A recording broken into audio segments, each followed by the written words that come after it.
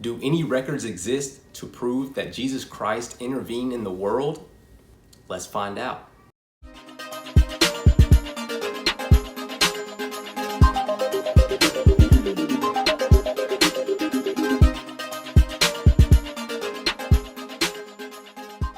Hey guys, it's FaithDuo. Back with another video. Welcome back to our channel. If you're new, we're a Christian couple striving to please God and encourage others by sharing our life. And today we're going to see if Jesus was really a person or was he just a myth? And so we'll look at that deeper, and it's pretty interesting to see. So I read an article this week, and we're going to post that article in the link in the description below, and you can look at that for yourself. But we'll look at the first records of the mention of Christ, of Jesus, is actually by people that, of course, didn't like him, his haters. Oh, you know? Wow. And so they were really a hostile group of people that didn't like his teachings, of course, and they hated him basically, and his followers. So that means it's really got to be real if his haters are posting about him. Right, because they wouldn't want him to grow at all. They were Okay. just writing, which you'll see why they were writing. So That's cool. first, we'll look at a guy named Tacitus. If I'm saying these names wrong, please forgive me. So Tacitus, he lived like 50 years after Jesus died on the cross. Okay, that's not that long. Not long at all. Okay. So most of these people are a part of this small elite Roman class. Tacitus was a member of the Roman upper class. So what does that mean? That he was Like upper he class. lived in, he lived in castle or something like that. Oh, I don't know where he lived, but he was Oh. part of the upper class. He served under several different emperors. Oh, okay. Yeah, that's what I meant. Yeah. Okay, he served under the emperors. Okay. Yeah. Cool. One of his famous works is called the Annals, which was written around 115 AD. And it was basically a history of Rome and one of the great fires that happened during that time he wrote about. So we're going to read this part of the book of Annals that he wrote, and this was about the great fire that Nero happened under Nero, the Roman emperor at that time. Nero fabricated scapegoats and punished with every refinement the notoriously depraved Christians, as they were popularly called. Their originator, Christ, had been executed in Tiberius' reign by the governor of Judea, Pontius Pilatus. But in spite of this temporary setback, the deadly superstition had broken out afresh, not only in Judea, where the mischief had started, but even in Rome. So, Annals. So, what type of book was that? The history of Rome. Oh, okay. So it was just like somebody who was a recorder of stuff that went on. Yeah, he had, he was served different positions, and so he was just, I guess, writing the history of Rome and about that great fire that happened. Okay. And can you find that like in a library or something? I'm sure you can find, it's a famous work called the Annals. So Okay, well look that up, you guys. yeah, we'll have it posted. So he called Christ followers and his works a deadly superstition. So he did not like Christ or his followers. So he's saying like he's a magician or something? Yeah. The next one is Suetonius. He lived 30 years under Caesar. He had access to imperial and senatorial archive records and memoirs and public documents. He was part of the upper class Roman individual that had some high rank. So in his writings, he mentions Christ and his followers in a couple of his writings. First, he says, because the Jews at Rome caused continuous disturbance at the instigation of Chrestus, he or Claudius expelled them from the city. So here talks about Claudius expelling the Christians from the city, and we have that record in Acts in the Bible where Luke mentioned it in Acts 18 verse 2. Well, that's cool. Yeah, so it Something else the Bible lining up with history. right. Okay, and then his next further he commented and said punishments were also inflicted on the Christians, a sect professing a new mischievous religion belief. So he said it was a mischievous a new religion belief. So he wasn't a Christian himself. So there's no bias here on that Christians wrote this. This was outside the Bible.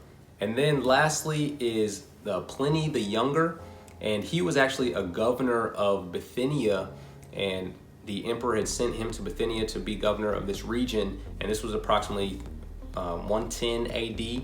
And so Pliny, he didn't know how to, I guess, punish the Christians, or he wasn't at the Christians, their judgment or whatever, but this is what he says. I was never present at any trial of Christians, therefore I do not know the customary penalties or investigations and what limits are observed. Then he says, this is the course that I have adopted in the case of those brought before me as Christians. I ask them if they are Christians. If they admit it, I repeat the question a second and a third time, threatening capital punishment. If they persist, I sentence them to death. So here, Pliny is writing back to the emperor, telling him what he's doing to the Christians at that time, but he wasn't present at the trials, he says, so he wasn't sure what the customary procedures were. And so here he tells them what he's doing. He's asking them if they're a Christian, and if they continue to persist and say that they are, they put them to death. So is this just a record of Christians, or what does that specifically have to do with Jesus? Yeah, so this one is talking about the Christians at that time. They're dying for something that is apparently a myth, right? If people are saying that Christ didn't live, why are they professing themselves to be Christians? And this is another evidence of Christians were real at that time and were dying for the cause of Christ. So Christians, and I'm asking honestly, like Christians, the word Christians didn't exist until Christ, because they're followers of Christ. Right. So that's how it ties in. Anytime Christians are mentioned, that means it's a real thing and not a myth. Okay, cool. So Pliny used the word Christians about 7 times in this letter to the emperor, and also he mentions Christ 3 times as the originator of this sect. That's so cool though, because people always want to talk about how do you know it's real. That's the first thing they always say. And Jesus was just a man, but really he has these Christians. We're still Christians today. That's our belief. And the Bible was all about Christianity, and he's mentioning Christ as the originator. Right.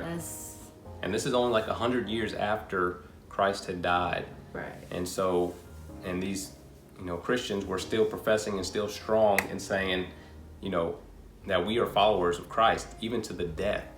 And we would hope we all could be to the death, But it just goes to the fact of saying that, if this was man-made, or if this was some just made-up thing, that people wouldn't be dying for this cause.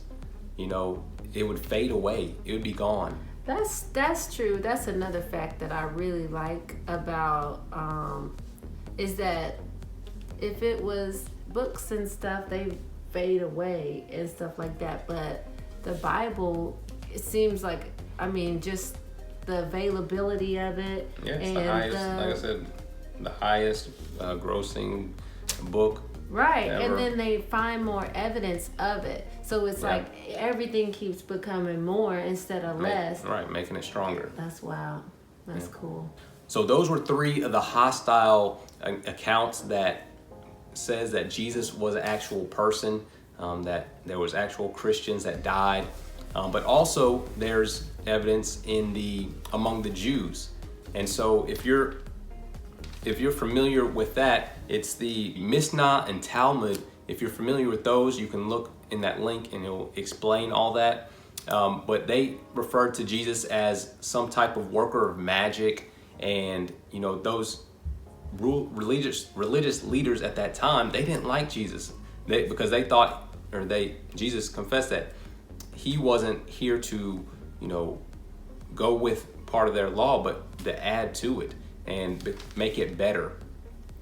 When I hear like magic, that makes me think, okay, so Jesus really did do miracles. And if Jesus did do miracles, that means he had the power to raise himself from the dead. Right. And if he raised himself from the dead, I mean, that means... Yeah, that's powerful. Yeah. And so at that time, they thought he was somebody that worked magic and that didn't listen to the wise leaders. Because, you know, if somebody comes up and say, oh, I'm the son of God, or I can do this and heal people, then you're like, whoa, that's magic. This is not right towards our law. This isn't what we're used to. And, you know, that just went against kind of what they had. And plus they wanted to keep that power too. So, yeah, I bet that had a lot to do with it. Yeah, they didn't like Jesus at all. And if you're familiar with Josephus and his works, look through that. But it's another writing talking about Jesus as well. But this only proves without a shadow of a doubt that Jesus was a real person and that he lived on this earth and that he actually influenced world history. Roman emperors talked about him, governors talked about him, regular people talked about him, and they died. People died for the cause of Christ. And so he was actually a real person. So that's something that you need to take confidence in, that Jesus was real, that he is real, and that he makes a difference in this world. Yeah, and that, you know, his word is real. Yep, and that you need to take it serious, and, you know, it's not something to question. You can, like he said, be confident in it and live your life the right way so you know your eternity is for sure. Yeah, secure. Yes, secure. And I'm glad you let us know about this article today. Yep, so definitely look down in the description below and see that link. It's a very interesting article, in depth, and I think you'll really enjoy it if you want to look through that information. We hope you enjoyed this video today and are taking your soul and your eternity serious. And don't forget to like, share, and subscribe. Much love. Be the light.